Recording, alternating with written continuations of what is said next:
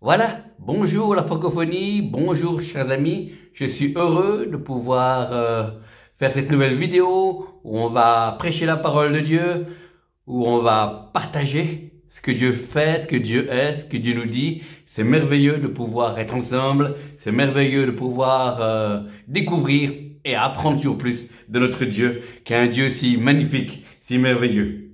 Je vais prier pour ces instants. Alors Seigneur Jésus, merci de bénir chacun et chacune. Merci pour ta présence. Merci pour la vie de ton esprit au milieu de nous. Nous lions la tête du malin dans le nom de Jésus. Nous amenons tout passé captif au sens de la parole de Dieu et nous proclamons que là où il y a l'Esprit Seigneur, là est la liberté. Nous proclamons la vie, la joie, la paix, l'amour et la joie au milieu de nous. Nous appelons la foi à venir et Seigneur, merci parce que tu es présent au milieu de nous. Tu aimes ton peuple et merci de m'inspirer, me diriger durant la transmission de ce message. Dans le nom de Jésus, chef de l'Église, Amen. Alléluia. Le titre de ce message s'intitule « Les trois facettes de Dieu ». Oui, on va voir trois facettes de Dieu. Dieu est merveilleux, Dieu est grand, Dieu est immense, Dieu est celui qui se révèle à chacune de nos vies, à chacune de nos saisons. Nous avons besoin d'une révélation de qui il est. Il est le grand je suis. Être Dieu, c'est son identité à la fois. Et nous, en tant qu'hommes, en tant que femmes de Dieu, plus on découvre notre identité, on peut être des petits je suis. Amen. Je suis enfant de Dieu, je suis racheté, je suis pardonné, je suis un pasteur, je suis un évangéliste, je suis un diacre ou un chantre. Amen. Et c'est pas orgueil parce que les dons et les appels de Dieu sont irrévocables. Trois facettes de Dieu. Alors, je vous invite à prendre vos Bibles pour ceux qui l'ont et on va aller directement à la Genèse. Genèse, le livre de la Genèse, pardon, Exode 2, excusez-moi. Exode, le livre de l'Exode, deuxième livre de la Bible, Exode chapitre 20, verset 2. Exode 20, chapitre verset 2. Je suis l'Éternel, ton Dieu, qui t'est retiré du pays d'Égypte, de la maison de servitude. Tu n'auras point d'autre Dieu devant ma face. Amen. Exode 20, versets 2 et 3. Je suis l'Éternel, ton Dieu, qui t'est retiré du pays d'Égypte, de la maison de servitude. Tu n'auras point d'autre Dieu devant ma face. Alléluia. Amen. C'est en Exode 20 que Moïse a reçu les 10 commandements. Et trois facettes de Dieu qu'on va découvrir aujourd'hui. Peut-être que vous les connaissez, peut-être ça vous rappellera certaines choses. On va commencer par la première facette. Dieu est un Dieu de paix. Amen. Il est Jéhovah Shalom. Il est éternel paix. Jésus a dit à ses disciples dans un des évangiles, je donne pas que le monde donne. Je vous donne ma paix. Amen. La paix, c'est pas pas avoir de problème. La paix, c'est une attitude du cœur, c'est spirituel. C'est un des fruits de l'esprit. La paix, l'amour et la joie sont les fruits de l'esprit produits par le Saint-Esprit. Et un cadeau que Dieu nous donne en tant que fils et filles de Dieu, c'est de connaître la paix. Donc, il est en premier un aspect de Dieu. Il est l'éternelle paix. C'est dans le calme et la confiance qu'elle est ta force. Amen. C'est dans la paix qu'on peut prendre des bonnes décisions. C'est dans la paix qu'on peut réfléchir pour le présent et pour l'avenir. C'est dans la paix qu'on peut dire oui, que ton oui soit oui, que ton non soit non. C'est dans la paix qu'on peut calculer la dépense pour si on va faire quelque chose avec Dieu ou pour les autres ou avec d'autres. C'est dans la paix qu'on peut entendre aussi la voix de Dieu, qu'on peut exercer les dons de l'esprit. C'est la paix, c'est quelque chose de merveilleux. C'est un cadeau qui vient de notre Papa Céleste. La paix, c'est quelque chose qui a été donné pour nous, afin que nous ayons la vie en abondance. Cette paix peut t'envahir, peut m'envahir et peut m'aider à prendre des bonnes décisions. Car c'est de la paix que je peux prier, c'est de la paix que je peux m'attendre à Dieu, soit qu'il agisse ou soit qu'il me parle, même si c'est des choses que je ne pensais pas. car Dieu se manifeste dans la paix, car Dieu est un Dieu glorieux. Dieu n'a pas changé. Il est le même hier, aujourd'hui et éternellement. Et il est toujours ce Dieu de paix. Amen. Jésus est appelé le prince de la paix. Alléluia. Et la paix que Dieu donne n'a pas de prix. Cette paix, c'est un cadeau, mon frère, ma sœur. C'est un cadeau que l'Éternel a acquis pour nous. Par l'œuvre de la croix de Jésus, nous avons la paix, réconcilié avec le Père, la paix de chacune de nos vies. Alléluia. Et on a besoin, l'homme a besoin, ou la femme a besoin des moments de paix, en n'étant pas loin de la présence de Dieu, mais dans la présence de Dieu, simplement, faire silence, par moments, et des fois même, c'est l'activité, on peut être en paix. On peut très bien plier son linge, faire du passage, faire la vaisselle, en ayant une paix. Je peux très bien transporter des meubles, comme je fais à mon travail, ou bouger des objets, ou nettoyer, ou faire certaines actions, et être dans la paix. La paix, pas physique, mais la paix qui est à la fois spirituelle. C'est une paix spirituelle, une paix glorieuse, une paix qu'une fois qu'on l'a goûtée, on ne veut pas la perdre. Cette paix, c'est une richesse, c'est un acquis pour l'enfant de Dieu. Cette paix, c'est quelque chose qui nous encourage à persévérer. Et c'est un aspect une des facettes de Dieu. Il est l'éternelle paix. Il est prince de la paix. Il est de toute éternité le même Dieu éternellement. La paix que Dieu donne, personne ne peut nous la donner, aucun homme, aucun ministère. Il n'y a que la paix donnée par le Saint-Esprit qui peut nous donner la paix et la joie, l'harmonie.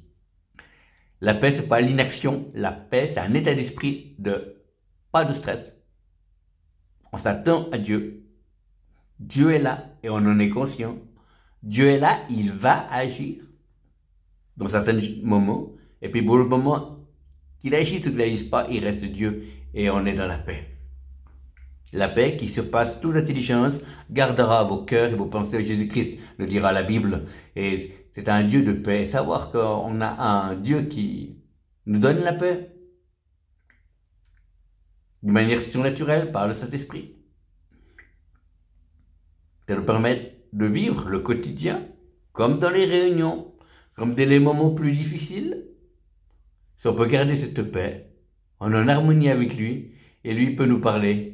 Et on peut s'attendre à qu'il agisse en notre faveur ou en la faveur d'autres personnes pour qui on a prié ou pour qui on doit servir. C'est merveilleux. La première facette de Dieu, Dieu est un Dieu de paix. On va voir maintenant la deuxième facette de Dieu. Dieu est un Dieu de passion. On a vu, Dieu est un Dieu de paix. Dieu est un Dieu de passion. Dieu est passionné par toi. Dieu est passionné par son Église. Dieu est passionné par Israël. Dieu est passionné par ses ministères. Dieu est passionné de nous, de chacun et chacune. Parce que Dieu nous a créés. On est créés à l'image de Dieu. On n'est pas né du néant comme ça. On a été de toute éternité voulu du cœur de Dieu. Amen. Dieu vous a rêvé. Dieu vous a imaginé. Ici, à la fin des temps, en 2020, Dieu nous voyait déjà. Il s'est réjoui de toi, mon frère, de toi, ma sœur. Dieu est un Dieu passion. Il est passionné. Passionné pour la vérité. Passionné pour la sainteté. Passionné pour le salut des âmes. Passionné pour la guérison. Passionné pour la délivrance. Passionné pour nous bénir. Passionné pour nous aimer. Passionné pour nous voir grandir et nous voir devenir autonomes. Tout en étant en connexion avec celui qui est le chemin, la vérité et la vie. Dieu est un Dieu passionné. Dieu a mis une passion, le zèle de la maison de l'Éternel dévorait l'esprit de Jésus, nous dira la Bible. Et nous, on doit être des hommes et des femmes passionnés, passionnés de la Bible, passionnés de la prière, passionnés des choses de Dieu, passionnés pour la guérison, passionnés pour la délivrance, pour la louange, l'adoration, passionnés pour différents aspects de la vie chrétienne, passionnés de voir Dieu agir dans la vie des frères et sœurs, dans la vie des croyants comme des non-croyants, passionnés de sa présence, passionnés de ce qu'il va dire, passionnés de ce qu'il va faire au travers d'un homme, au travers d'une femme, au travers d'un enfant, au travers d'une personne âgée. Dieu agit sans intermédiaire ou au travers d'hommes et de femmes qu'il a oint pour un moment, oint pour l'exercice d'un don spirituel, oint pour la pratique d'un ministère, oint pour un enseignement, oint pour un témoignage. Et on a besoin de cette vie. Et Dieu cherche, frères et sœurs, Dieu cherche Une église passionnée, passionnée pour Jésus, passionnée pour le Saint-Esprit, passionnée pour le Père, passionnée pour les âmes, passionnée pour la louange, la délivrance, les dons spirituels. Dieu est un Dieu de passion, Dieu est un Dieu de liberté, Dieu est un Dieu de vie, Dieu est un Dieu d'onction. Dieu est un Dieu qui est passionné de toi et il veut que tu sois fou amoureux de lui. Parce que lui, il a tout donné pour toi afin que tu aies la vie en abondance.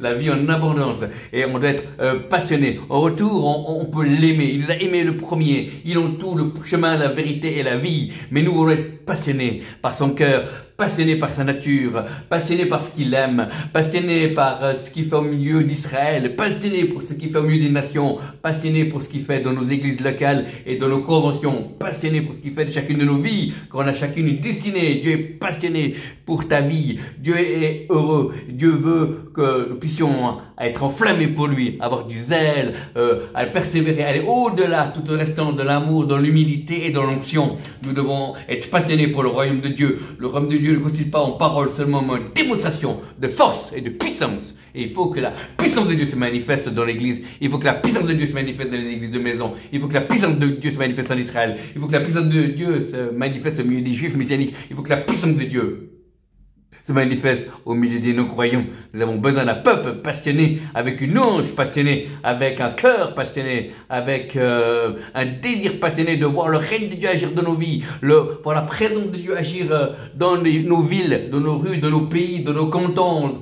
Alléluia. Dieu n'a pas changé. Dieu est passionné de toi et il veut qu'on soit passionné pour lui. On veut qu'on soit passionné pour l'église, passionné pour son épouse, passionné pour Israël, passionné dans la prière. Il veut que nous soyons en feu, passionnés par lui. Non d'une manière charnelle, mais ni par force, ni par puissance, mais par l'Esprit du Seigneur. Dieu est un Dieu de passion. Dieu est un Dieu de vision. Dieu est un Dieu de guérison. Dieu est un Dieu des nations. Dieu est un Dieu qui est passionné parce qu'il aime. Dieu a tant aimé le monde qu'il a donné son Fils unique, avec qu'on croit en lui, ne périsse point, mais puisse avoir la vie éternelle. Dieu est passionné afin que tu puisses le suivre, car large est le chemin qui mène à la perdition, étroit et resserré le chemin qui mène à la vie, et très peu le trouvent, mais ceux qui marchent dans ce chemin étroit découvrent la vie de Christ. Et c'est comme à la montagne, on voit beaucoup de monde se promener dans les pâturages, mais plus on monte à la montagne, moins on croise de monde, et ceux qu'on croise, c'est ceux qui ont payé le prix de marcher, et de marcher spirituellement de la sainteté, de la solitude, de la persévérance, dans les difficultés, dans l'incompréhension, mais ils aiment Dieu et ils avancent et ils verront la gloire de Dieu. Car heureux ceux qui ont le corps pur, car ils verront Dieu. Comme c'est marqué dans le sermon de la montagne, en Matthieu 6, Dieu est un Dieu il est passionné. Et il veut qu'on nous transmette cette passion, ce zèle, ce feu, afin que nous puissions aimer, donner, pardonner, afin que nous puissions nous attendre à lui. Alors Dieu est un Dieu qui est passionné de toi, passionné de moi, passionné des 3 générations. Alléluia. Fantastique de servir un Dieu vivant, un Dieu vrai, un Dieu juste, un Dieu qui a ces 3 facettes, Dieu de paix, Dieu de passion. Et le 3e facette, c'est un Dieu de pardon. Amen. Après un Dieu de passion, c'est un Dieu de pardon. Amen. Alléluia. Oui, on est des êtres pécheurs. Il a fallu que le Fils de l'homme vienne mourir sur une croix et ressusciter après. Et maintenant, élevé à la droite de Dieu. Il intercède pour nous. Il nous envoie le Saint-Esprit. Je répondrai sur vous, mon esprit, sur toute chair, vos fils et vos filles prophétiseront, etc. Amen. Alléluia. Parce qu'on a reçu l'esprit de vie, par lequel nous crions Abba, Père, nous puissions aller de l'avant. Amen.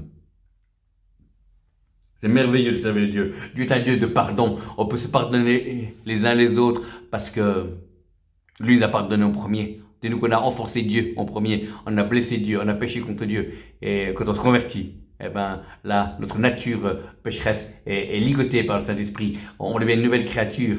Et là, on demande pardon à Dieu pour nos fautes. Alléluia. Pour nos péchés. Et si nous confessons nos péchés, il est fidèle et juste de nous pardonner et de nous purifier de toute iniquité. Amen. Et c'est ça, le temps de réveil. Il y a l'aspect du salut des âmes, mais également un désir de sainteté, un désir de pardon. Soyez réconciliés avec Dieu. Amen. Alléluia. On peut également se pardonner les uns les autres, supportez-vous les uns les autres, pardonnez-vous les uns les autres, et aussi on peut pardonner à nos ennemis. Et ça, c'est quelque chose de surnaturel. Et même le Maître, Jésus-Christ, le Roi des Rois, le Seigneur, il a pardonné à ceux qui l'ont crucifié. Il a dit, Père, pardonne-leur et ça passe ce qu'ils font. Amen. Et même Étienne, le premier chrétien martyr, il a dit Jésus ne leur impute pas ce péché, il venait de le tuer. Amen. Dieu est un Dieu de pardon. C'est pour ça qu'on peut se pardonner les uns les autres en tant que ministère, en tant qu'hommes et femmes dans le couple, avec nos enfants. On peut se pardonner en tant qu'Église, les uns les autres. On peut se pardonner en tant que missionnaire, en tant que pasteur, etc. Amen. C'est ça qui est merveilleux. Dieu est un Dieu de pardon, de miséricorde. Lent à la colère, riche en bonté et plein de miséricorde. Ça, c'est notre Dieu que l'on sert. Ça, c'est le Dieu qu'on adore. C'est ce Dieu qu'on veut se laisser surmerger, se perdre en lui, afin de mieux le connaître. Parce que le peuple qui sera fort, c'est celui qui connaîtra son Dieu, nous dira la Bible. Amen. Et c'est merveilleux de se laisser transformer par lui. C'est merveilleux de pouvoir apprendre de le connaître. Apprendre les versets de la Bible à le connaître. Oui, bien sûr, il y a les versets de la Bible, la foi bien ce que l'on entend et que ça viendra par le Dieu. Il y a besoin. Mais également, de l'autre côté, connaître les attributs de Dieu, savoir qu'il est omniprésent. Il est partout. Omniscient, il connaît tout. Il est omnipuissant. Il est tout puissant. Il peut tout. C'est ça, c'est merveilleux. Et savoir qu'il est plein de miséricorde, qu'il est à l'amour, en sa nature. Quelqu'un a dit, Dieu a le droit de nous juger parce qu'il nous aime. Dieu a le droit de nous juger parce qu'il nous aime. Et c'est fantastique de pouvoir se laisser sonder par Dieu. Le diable culpabilise, le Saint-Esprit relève. Amen. Même si juste tombe cette fois, il se lèvera toujours. Amen. Alléluia. Humilions-nous sous la puissance de Dieu qui nous élèvera au temps convenable. C'est fantastique. L'humilité précède la gloire. L'orgueil précède la chute. Et c'est un Dieu merveilleux que nous servons. Un Dieu vivant et vrai. Un Dieu de paix. Un Dieu de passion. Un Dieu de pardon. Et c'est fantastique. À tout moment, on peut se tourner vers lui pour lui demander pardon parce qu'on perd sa présence. Pardon parce qu'on pêche. Et puis les païens peuvent également entrer. C'est porte ouverte, elle n'est pas fermée. C'est fantastique. Dieu veut que les hommes soient sauvés par la connaissance de la vérité. Alléluia. Celui que le Fils de l'homme affranchi sera réellement libre. Et la vérité, c'est la parole. La vérité, c'est Dieu. La vérité, c'est lui-même également. Alléluia. On apprend à connaître Dieu, on apprend la parole, on apprend à connaître le Saint-Esprit. Alléluia, c'est merveilleux tout cela. C'est une démarche, c'est une attitude de cœur, c'est une humilité, c'est un chemin de longue haleine, mais ô combien merveilleux, parce que on le vit individuellement, avec le même esprit, avec la même Bible, avec le même Saint-Esprit. Alléluia.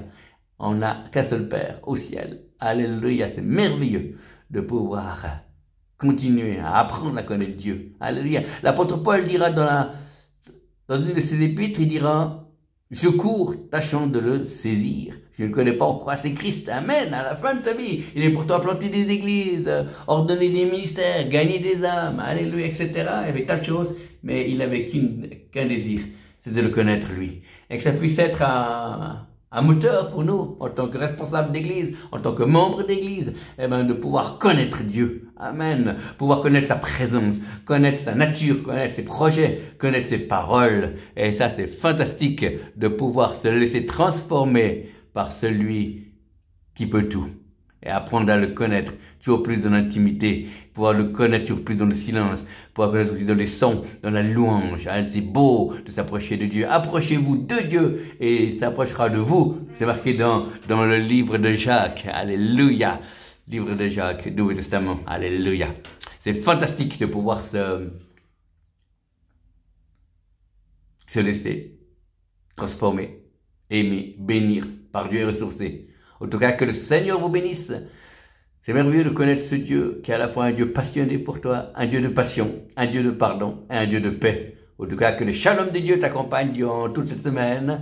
Et je me réjouis de pouvoir prêcher une nouvelle vidéo, un nouveau message. Et en attendant, sois renouvelé dans cet esprit, reçois la vie au nom de Jésus. Reçois un renouvellement dans cet esprit, dans le nom de Jésus, ni par force, ni par puissance, mais par l'Esprit de Dieu. Que toute douleur aux oreilles disparaisse. Si vous me regardez maintenant, individuellement ou au groupe, que toute personne qui a des problèmes d'oreilles maintenant, ça disparaît maintenant dans le nom puissant de Jésus. Que tout problème d'ulcère soit brisé dans le nom de Jésus. Que tout problème de sanguin soit rétabli dans le nom de Jésus. Que tout problème de diabète A, diabète B soit guéri dans le nom de Jésus. Que tout asthme soit disparaisse dans le nom de Jésus.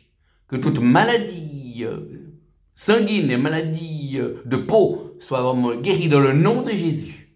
Amen. Et tout problème dû à l'alimentation, des choses que vous ne pouvez pas manger, puisse être guéri également dans le nom de Jésus. Ni par force, ni par puissance, par l'Esprit du Seigneur. Recevez la vie, recevez la guérison dans le nom de Jésus. Et que la paix de Dieu, qui surpasse toute intelligence, puis gardez vos cœurs, vos pensées au Jésus-Christ.